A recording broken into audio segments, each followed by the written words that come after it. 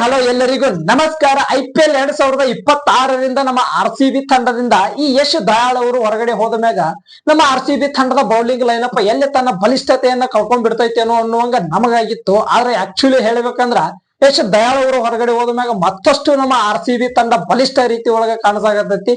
ಹೆಂಗ ಏನು ಯಾವ್ಯಾವ ಪ್ಲೇಯರ್ಸ್ ಗಳು ಪ್ಲೇಯಿಂಗ್ 11 ಒಳಗ ಆಡ್ತಾವ ಅನ್ನುವಂಥದ್ದನ್ನ ಈ ಒಂದು ವಿಡಿಯೋದೊಳಗ ತಿಳ್ಕೊಂಬರೋಣ ಅಂತ. ಹಂಗ ಜೋಸ್ ಹೆಜಲ್ವುಡ್ ಅವರು ಮತ್ತ ಸ್ಟಾರ್ಟಿಂಗ್ ಮ್ಯಾಚ್ ಒಳಗೆ ಇರಂಗಿಲ್ರಿ, ಆ ಪ್ಲೇಯರ್ ಅನ್ನ ಬಿಟ್ರು ನಮ್ಮ RCB ತಂಡದ ಪ್ಲೇಯಿಂಗ್ 11 ಹೆಂಗಿರ್ತೈತೆ ಅನ್ನುವಂಥದ್ದನ್ನ ಈ ಒಂದು ವಿಡಿಯೋದೊಳಗೆ ತಿಳ್ಕೊಂಬರೋಣ ಅಂತ. ಅದಕ್ಕಿಂತ ಮೊದಲ ನೀವಿನ್ನು ನಮ್ಮ ಚಾನಲ್ ಗೆ ಸಬ್ಸ್ಕ್ರೈಬ್ ಮಾಡ್ಕೊಂಡಿಲ್ಲ ಅಂದ್ರೆ ಪಟ್ ಅಂತೇಳಿ ಒಂದು ಸಬ್ಸ್ಕ್ರೈಬ್ ಅನ್ನ ಮಾಡ್ಕೊರಿ. ಹಂಗ ವಿಡಿಯೋ ಇಷ್ಟ ಆಯ್ತಪ್ಪ ಅಂದ್ರೆ ಒಂದು ಲೈಕ್ ಮಾಡಿ.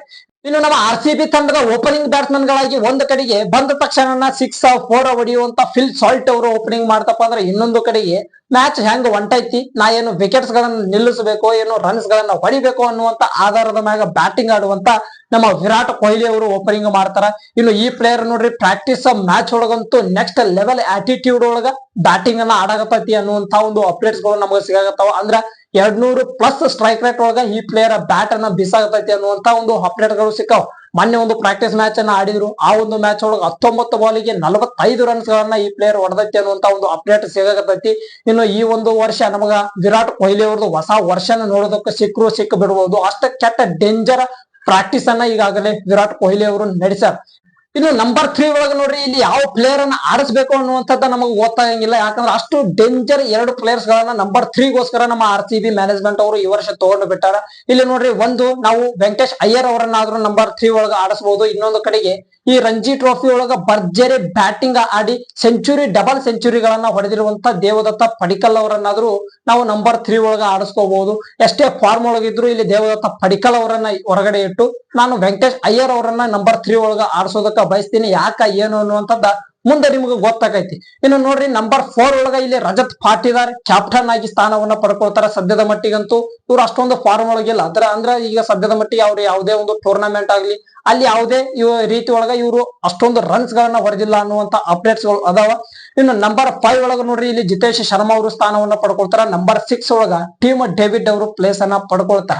ಈ 2 ಪ್ಲೇಯರ್ಸ್ ಗಳು ಈ ಒಂದು ಅಭ್ಯಾಸ ಪಂದ್ಯಗಳು ಏನ ನಡೆಯತ್ತಾವ, ಈ ಅಭ್ಯಾಸ ಪಂದ್ಯದೊಳಗ ಬ್ಯಾಟಿಂಗ್ ಪ್ರದರ್ಶನದೊಳಗ ಫುಲ್ ಧೂಳು ಎಬ್ಬಿಸಾಕತ್ತಾರ ಅನ್ನುವಂತ ಒಂದು ಅಪ್ಡೇಟ್ಸ್ ಗಳು ನಮಗೆ ಸಿಗಾಕತ್ತಾವ.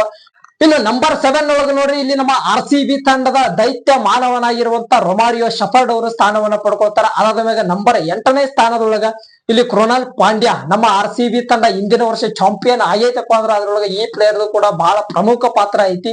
ಈ ಪ್ಲೇಯರ್ ಅನ್ನ ಮಾತ್ರ ನಾವು ಮರೆಯೋದಕ್ಕ ಸಾಧ್ಯ ಇಲ್ಲ. ಯಾಕಂದ್ರೆ ಅಷ್ಟು ಚಲೋ ಬ್ಯಾಟಿಂಗ್, ಅಷ್ಟು ಚಲೋ ಬೌಲಿಂಗ್ ಹಿಂದಿನ ಸೀಸನ್ ಒಳಗ ಆಡಿದ್ರು.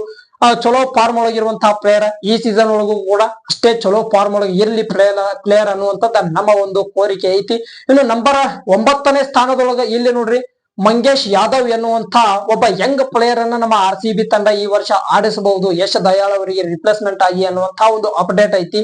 ಈ ಒಬ್ಬ ಪ್ಲೇಯರ್ ಈ ಆಲ್ರೌಂಡರ್ ಈ ಯಶ್ ದಯಾಳ್ ಅವರು ನಮ್ಮ RCB ತಂಡದೊಳಗೆ ಇತ್ತಪ್ಪ ಅಂದ್ರೆ ಏನಕ್ಕಿತ್ತು, ಬರೇ ಬೌಲಿಂಗ್ ಮಾಡಿದ ಆದ್ಮೇಲೆ ಆ ಪ್ಲೇಯರ್ ಬ್ಯಾಟಿಂಗ್ ಆಡೋಕೆ ಬರ್ತಿದ್ದಿಲ್ಲ. ನಮ್ಮದು ಏನಕ್ಕಿತ್ತು, ನಂಬರ್ 8ನೇ ಸ್ಥಾನಕ್ಕೆ ಬಂದು ನಮ್ಮ RCB ತಂಡದ ಈ ಒಂದು ಬ್ಯಾಟಿಂಗ್ ಲೈನಪ್ ಅನ್ನುವಂಥದ್ದು ಮುಕ್ತಾಯ ಹಾಕಿತ್ತು.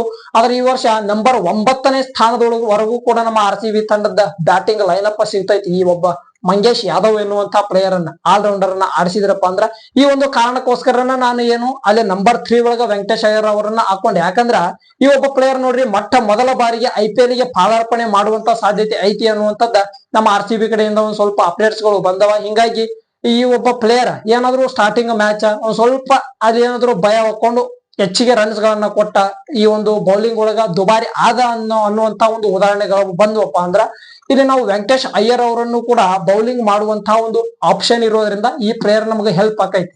ಅಲ್ಲಿ ಏನಾದ್ರು ದೇವದತ್ತ ಪಡಿಕ್ಕಲ್ ಅವರನ್ನ ನಾವು ನಂಬರ್ 3 ಒಳಗೆ ಇಟ್ಕೊಂಡ್ಬಿಟ್ಟಿವಪ್ಪ ಅಂದ್ರ ಆ ಪ್ಲೇಯರ್ ಬೌಲಿಂಗ್ ಮಾಡುವಂತದ್ದಲ್ಲ. ವೆಂಕಟೇಶ್ ಅಯ್ಯರ್ ಅವ್ರು ಇದ್ರಪ್ಪ ಅಂದ್ರ 1-2 ಓವರ್ ಈ ಮಂಗೇಶ್ ಯಾದವ್ ಅವರು ದುಬಾರಿ ಆದ್ರಪ್ಪ ಅಂದ್ರ ಆ ಪ್ಲೇಯರ್ ಅನ್ನ ಬಿಡಿಸಿ 1-2 ಓವರ್ ಅನ್ನ ಇವ್ರ ಕೈಯಿಂದ ಹಾಕಿಸಬಹುದು ಅನ್ನುವಂತ ಒಂದೇ ಒಂದು ಕಾರಣಕ್ಕೋಸ್ಕರ ಅಲ್ಲಿ ವೆಂಕಟೇಶ್ ಅಯ್ಯರ್ ಅವರನ್ನ ನಂಬರ್ 3 ಒಳಗೆ ಇಟ್ಕೊಂಡೆ. ಇಲ್ಲಾಂದ್ರ ದೇವದತ್ತ ಪಡಿಕ್ಕಲ್ ಅವರನ್ನೇ ಆಡಿಸುವಂತ ಒಂದು ಸಾಧ್ಯತೆಗಳು ಜಾಸ್ತಿ ಇರ್ತಾವ.